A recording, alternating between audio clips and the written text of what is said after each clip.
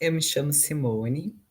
Eu estou fazendo, então, um trabalho junto com os bibliotecários da Universidade Estadual do Rio Grande do Sul, e hoje eu vou apresentar para vocês sobre a estrutura para trabalhos de conclusão de curso.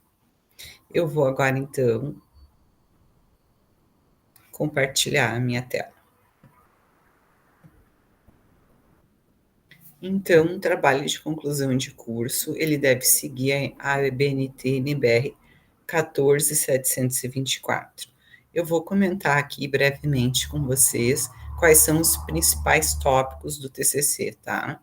Então, nós temos primeiramente a capa, depois da capa nós vamos ter a folha de rosto. Na folha de rosto, a gente deve ter, então, a ficha catalográfica.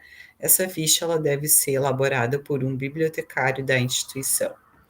Depois da folha de rosto, nós temos, então, a folha de aprovação.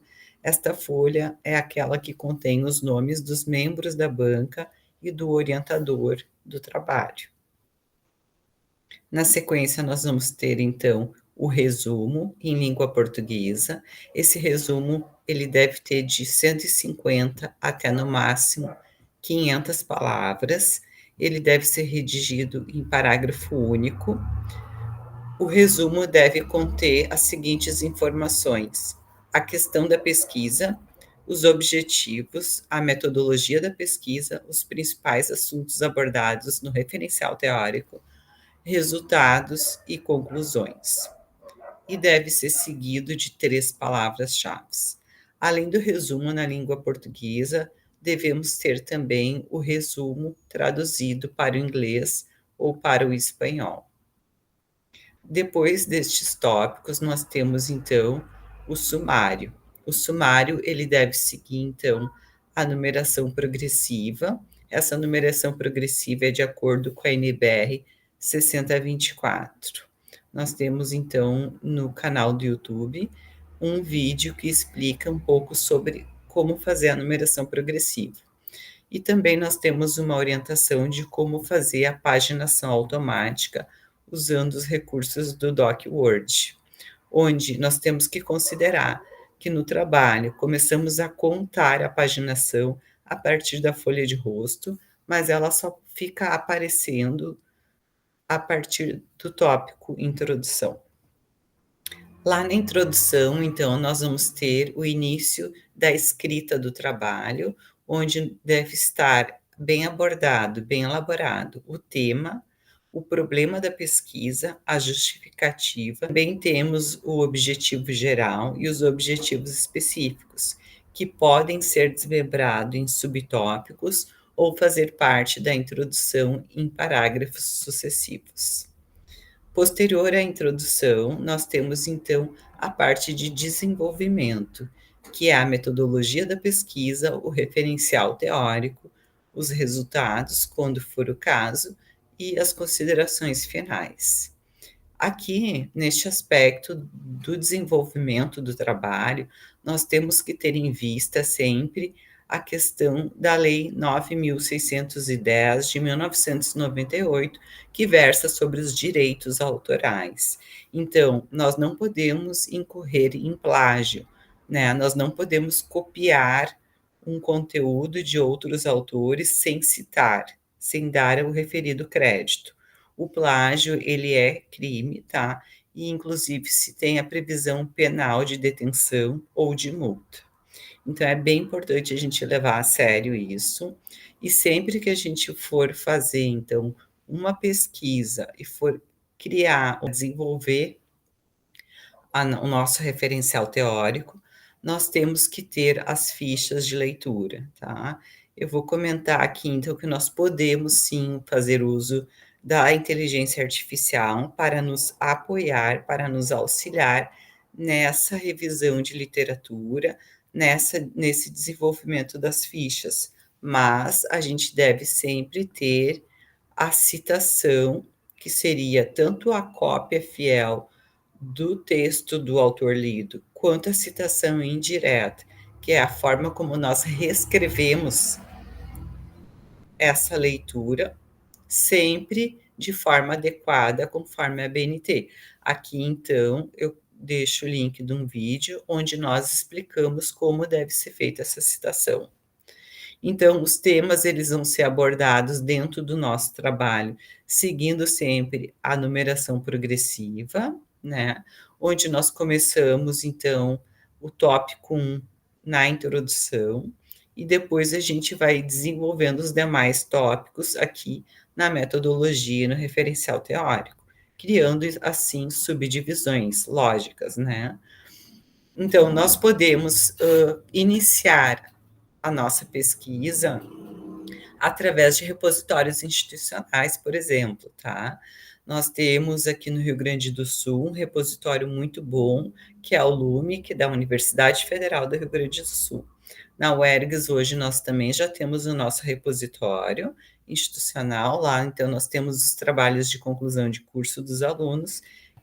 Aqui, então, nós podemos começar a pensar, a fazer o uso do ChatGPT ou de outras inteligências artificiais para nos auxiliar, para nos apoiar, então, nesse momento da pesquisa, né. Aqui a gente tem, por exemplo, o Gemini, tá, que ele é do Google, e ele tem um recurso interessante, porque ele nos traz junto na resposta da nossa questão, os links das fontes de onde ele tirou aquela informação que ele está nos ofertando, né.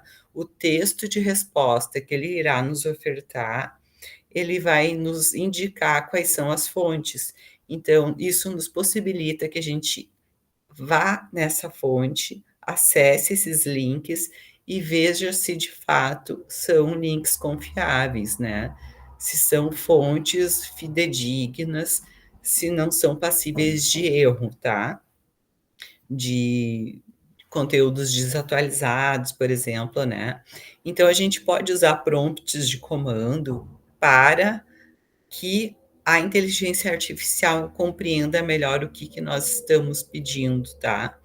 Então a gente sempre coloca, assim, a questão da pesquisa, né. Então, por exemplo, aqui eu coloquei: "Poderia me ajudar com uma pesquisa científica com a seguinte questão de pesquisa", e daí ali nos colchetes vocês vão colocar a questão de pesquisa de vocês. Essa questão de pesquisa de vocês é o que vai nortear depois todo a literatura que vocês vão desenvolver lá no trabalho, né.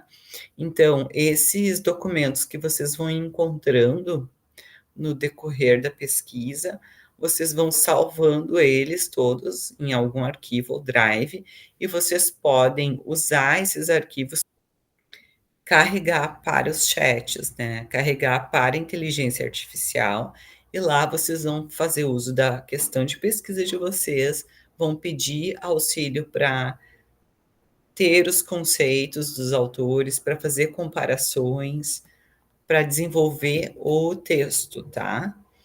Isso vocês podem fazer uso do chat, né, para que possa facilitar a escrita de vocês. Mas a gente não pode perder de vista que temos sempre que fazer uma busca nas bases acadêmicas, tá. Exemplo do portal de periódicos da CAPES, a biblioteca de teses e dissertações, o próprio Google acadêmico, tá.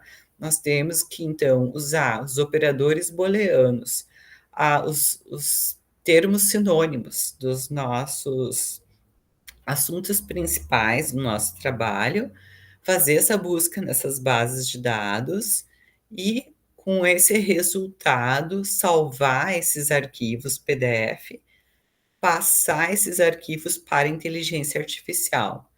Lá na inteligência artificial, a gente vai pedir ajuda, então, para poder resumir, para poder fazer ficha de leitura, para poder comparar. A gente observa, então, que as versões gratuitas das inteligências artificiais, elas têm uma certa limitação na quantidade textual de respostas, né, e também no quanto elas aceitam de arquivo PDF carregado.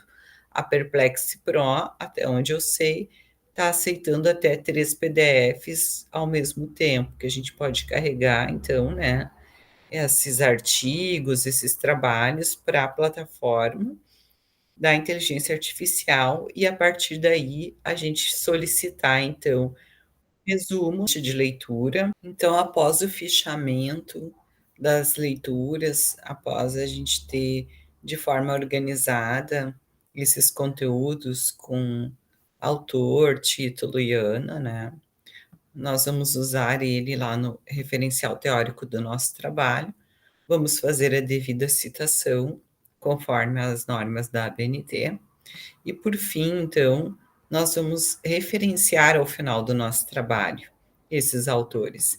Eles devem ser referenciados em uma lista única em ordem alfabética. Eles devem estar destacado o título, então, dos livros e das revistas científicas em negrito. Devemos sempre priorizar e inserir o endereço eletrônico de acesso sempre que houver. E toda vez que vocês tiverem dificuldade para referenciar fontes de autores, que são desconhecidos, ou de autores entidade, que são pessoas jurídicas, vocês podem consultar, então, nosso canal do YouTube, onde tem explicação para cada tipo de referência.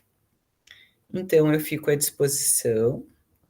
Nós temos esse curso no Moodle, da Universidade Estadual do Rio Grande do Sul, e qualquer dúvida vocês podem entrar em contato. Até mais.